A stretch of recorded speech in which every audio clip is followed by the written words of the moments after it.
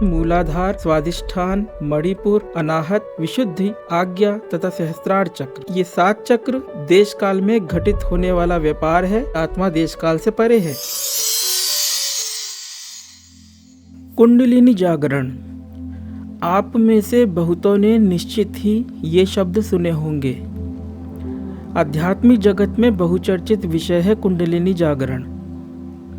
किसी ने हमसे पूछा कि महाराज जी, आत्मज्ञान के लिए क्या कुंडलिनी जागरण अनिवार्य है? पूछने वाला यदि यह समझ पाए कि वस्तुतः आत्मज्ञान से क्या आशय है, तो वह खुद ही समझ जाए कि आत्मज्ञान के लिए कुंडलिनी जागरण अनिवार्य या आवश्यक है कि नहीं। बात दरअसल यह है, मन को फीकी चीजें नहीं पसंद आती। उसे तो लत लगी है कुछ रोमांचकारी बात हो, कोई दिव्य अनुभव हो, समथिंग एग्जॉटिक। ऐसा लतखोर मन अध्यात्म के क्षेत्र में भी रोमांच, अनुभव ये सब ही तो ढूंढेगा, ना कि सीधी सरल सच्ची बात। मन ने या कहें हमने अभी तक जो कुछ भी जाना है, अनुभव किया है, वह सब वाया किया है, अर्थात किसी के द्वारा किया है। इसलिए आत्मज्ञान को भी किसी माध्यम, किसी वाया, किसी क्रिया, किसी अनुभव, किसी कुंडलिनी जागरण के द्वारा हो सकने वाली चीज हम समझा करते हैं। आप अभी जहां पर खड़े हो वहीं पर पहुंचने के 2 तरीके हैं। पहला तरीका तो यह है कि कहीं मत जाओ और जान लो कि जहां पहुंचना है वहां पहुंचे ही हुए हैं, कहीं जाना ही नहीं है। और दूसरा तरीका यह है कि हम अभी जहां खड़े हैं उस जगह को छोड़ इधर उधर घूमे भटके, और यदि कहीं उलझे नहीं तो वापस उसी स्थान पर आकर कहें कि आखिरकार मैं पहुंच ही गया, और यहाँ पहुंचने के लिए मुझे बहुत मेहनत करनी पड़ी, बहुत भटकना पड़ा। ठीक ऐसा ही आत्मज्ञान के विषय में भी है। यदि हम इसे किसी वाया, किसी अनुभव, किसी कुंडलिनी जागरण आदि के द्वारा प्राप्त होना समझते हैं, तो आध्यात्मिक जगत का पूरा मार्केट खुला है, एक से एक ऑफर है। बहुत पुरानी बात है, गृह त्याग से भी पूर्व की बात। हम दिल्ली के प्रगति मैदान के बुक फेयर में घूम रहे थे, हमेशा की तरह आध्यात्मिक पुस्तकों की तलाश में। कदम रुक गए एक आध्यात्मिक दुकान के सामने, जिस पर कि बड़े बड़े अक्षरों में बैनर टंगा था, सिर्फ 1 मिनट में कुंडलिनी जागृत करवाएं। तब तक जो कुछ भी कुंडलिनी जागरण से संबंधित साहित्य हमें मिल सका था, हम पढ़ चुके थे। फिर चाहे वह जॉन वुडरफ की द सरपेंट पावर पुस्तक हो, या इससे संबंधित प्राचीन घेरंड संहिता, योग कुंडलोपनिषद, ये सब हो। हमारे अनुसार 1 मिनट में कुंडलिनी जागरण एक बड़ा गंभीर मजाक था, पर हम कौतूहल की दृष्टि से भीतर चले गए। भीतर एक विशालकाय फोटो था किसी महिला का। एक महिला थी वहाँ पर मौजूद, जिन्होंने कि हमारा स्वागत किया और उस फोटो के सामने बिठा दिया। दोनों हाथों की हथेलियाँ ऊपर की ओर खुली करवाकर, दोनों घुटनों पर रखवाकर उन्होंने कहा, फोटो की तरफ इशारा कर, माता जी की बिंदी पर ध्यान करो। हम करने लगे तो थोड़ी ही देर बाद वो बोली, तुम्हें एक हथेली में कुछ ठंडा और दूसरी में कुछ गर्म महसूस हो रहा होगा। हम बोले कुछ महसूस नहीं हो रहा। तो फिर वे बोली, माता जी की बिंदी पर ध्यान करो। हम बोले हम कर ही रहे हैं। इतने में 1 मिनट पास हो गया। हम कुछ कहते, वो कुछ एक्सप्लेनेशन देती। इससे पहले ही 3 कस्टमर जो गेट पर थे, उनमें से एक को भीतर कर दिया गया और वह उसे बिठाने में 1 मिनट में कुंडलिनी जागरण करवाने में व्यस्त हो गई। क्या है यह? हिट एंड ट्रायल मेथड है और कुछ नहीं। हिट एंड ट्रायल मेथड गणित में प्रयुक्त होता है। जब किसी अज्ञात संख्या XYZ का मान प्राप्त करना होता है, एक तरह की तुक्केबाजी। आपको ऐसी अनेक पुस्तकें मिल जाएंगी कुंडलिनी जागरण के संदर्भ में, जिनमें कि अत्यंत रहस्यमयी बातें और रोमांचकारी अनुभवों के विवरण लिखे होंगे। आपको ऐसे लोग भी मिल जाएंगे जिनको कि अनेक रोमांचकारी असाधारण अनुभव हुए होंगे या हो रहे होंगे। हम इन अनुभवों को डिनाई नहीं कर रहे, क्योंकि खुद हमारे स्वयं के जीवन के अनुभव हैं ही जिनको कि हम कैसे डिनाई करें। परंतु आत्मा के संदर्भ में जब बात हो, आत्मज्ञान के संदर्भ में जब बात हो, तो हमें हर अनुभव को डिनाई करना पड़ेगा। हम खुद अपने ही साधक जीवन के अनुभवों को खारिज करते हैं, क्योंकि हम ये कहते हैं हर अनुभव झूठ है। बात यदि आत्मज्ञान की जाए तो यह कहना ही श्रेयस्कर होगा कि हर अनुभव झूठ है।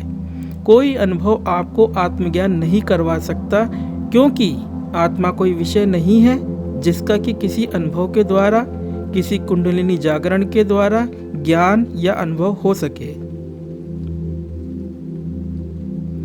वैश्विक धरोहर और इस भारत भूमि की महानतम आध्यात्मिक संपदा को अपने में सिमेटे हुए उपनिषद तथा गीता में कुंडलिनी जागरण से संबंधित कोई बात नहीं दिखाई देती। ये एक तथ्य है।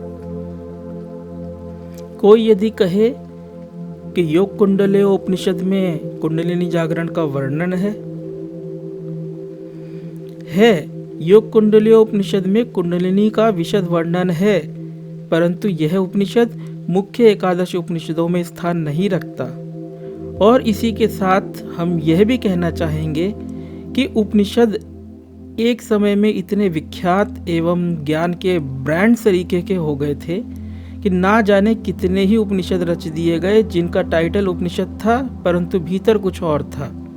अर्थात योग कुंडली उपनिषद जैसे कई अन्य उपनिषद मूल उपनिषदों के परवर्ती काल के उपनिषद हैं। होने को तो एक उपनिषद अल्लोपनिषद भी है, जो कि 16वीं शताब्दी में अकबर के शासनकाल में लिखा गया। ऐसे ही एक उपनिषद ओशो उपनिषद भी है, जिसमें कि ओशो के प्रवचनों का संकलन है।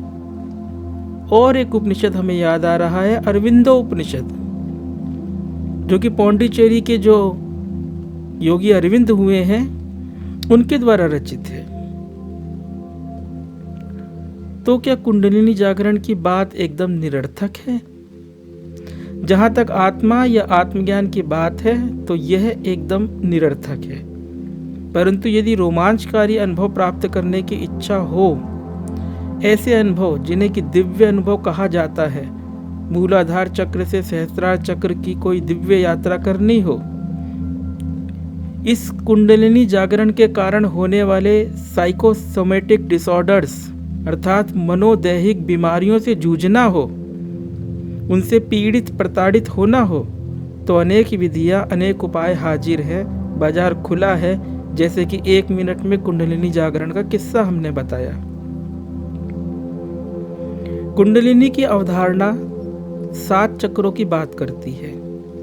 ये 7 चक्र हैं मूलाधार, स्वादिष्ठान, मणिपुर, अनाहत, विशुद्धि, आज्ञा तथा सहस्त्रार चक्र। इस अवधारणा में शक्ति, जिसको कि सर्पणी के रूप में इंगित किया जाता है, मूलाधार चक्र में प्रसुप्त पड़ी है।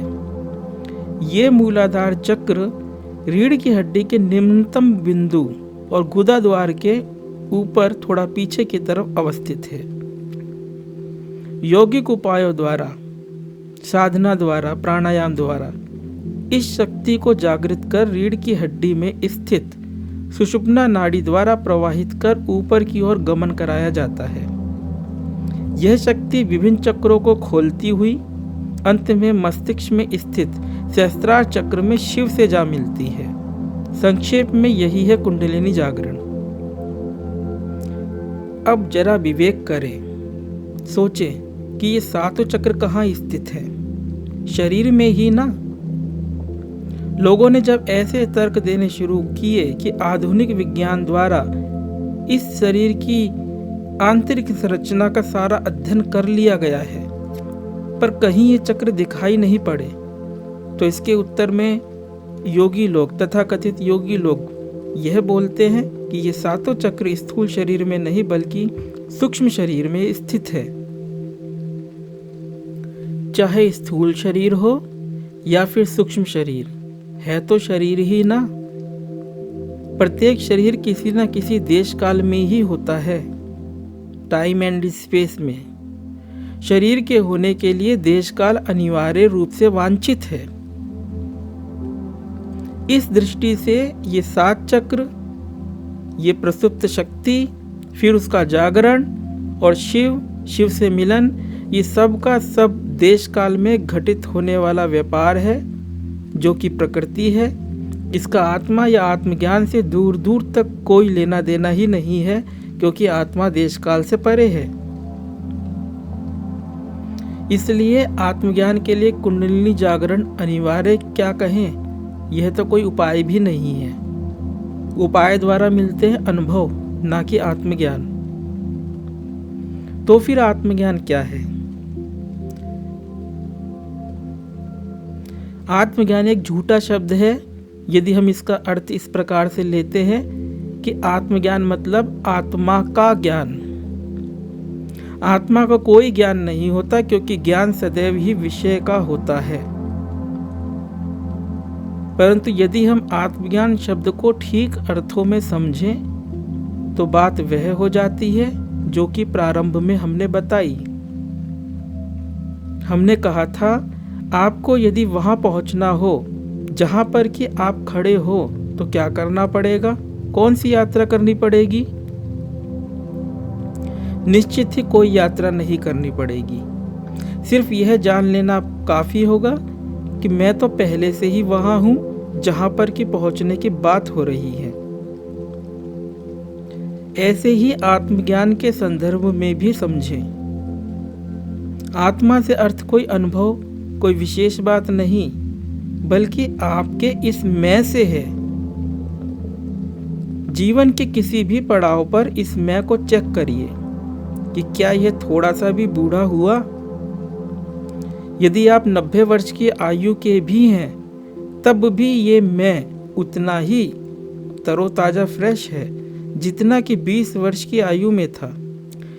शरीर के बूढ़े होने की बात को हम इस मैं पर आरोपित कर इस मैं को बूढ़ा बनाते हैं, जो कि एकदम मिथ्या बात है। आत्मा शब्द से अर्थ मैं है, तो ज्ञान शब्द से अर्थ चैतन्यता है।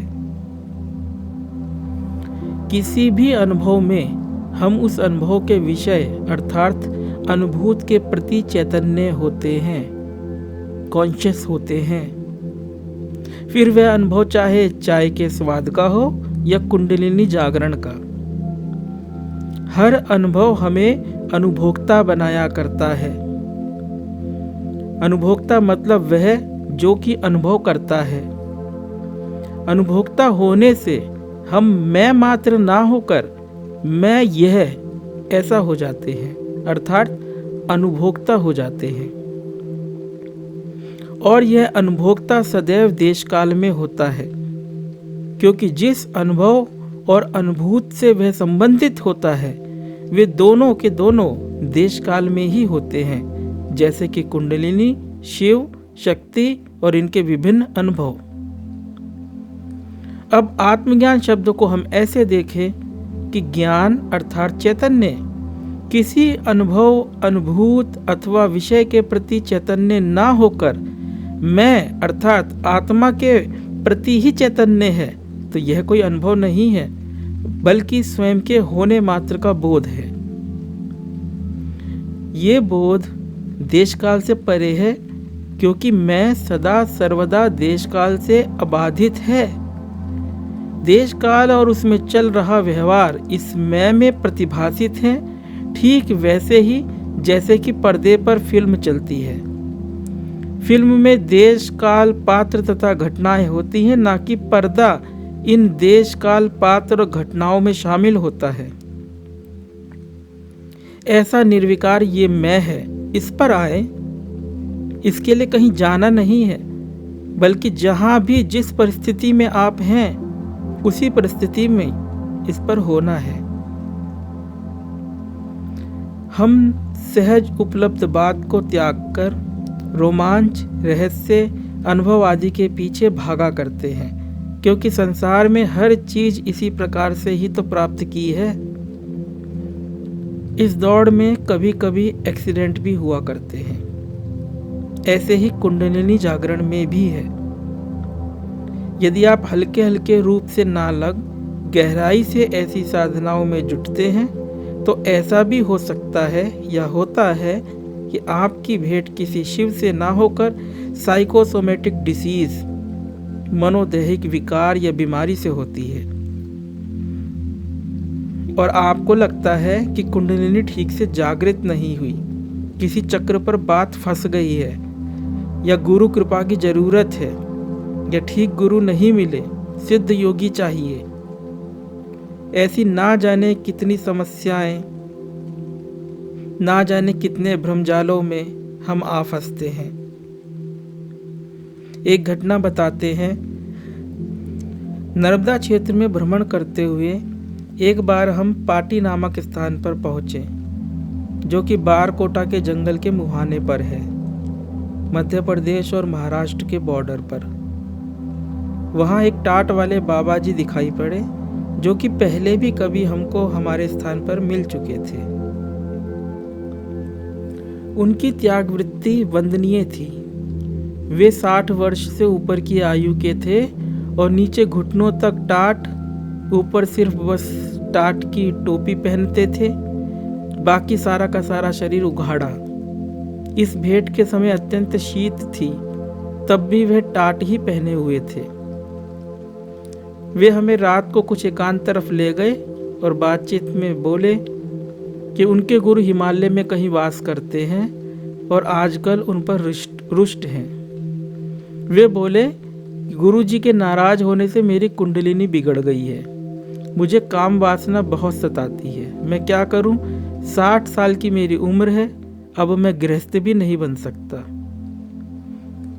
तो ऐसे दुखियारे बहुत हैं अध्यात्म के क्षेत्र में, ऐसे दुखी लोग बहुत हैं, और इन सब के दुखों का मूल है अध्यात्म को उसके विशुद्ध स्वरूप में ना समझ, इधर उधर जा फंसना। ओम। अगर आपको यह वीडियो पसंद आया है तो वीडियो को लाइक जरूर करें और चैनल को सब्सक्राइब कर इस ज्ञान के प्रवाह में अपनी श्रद्धांजलि अर्पित करें।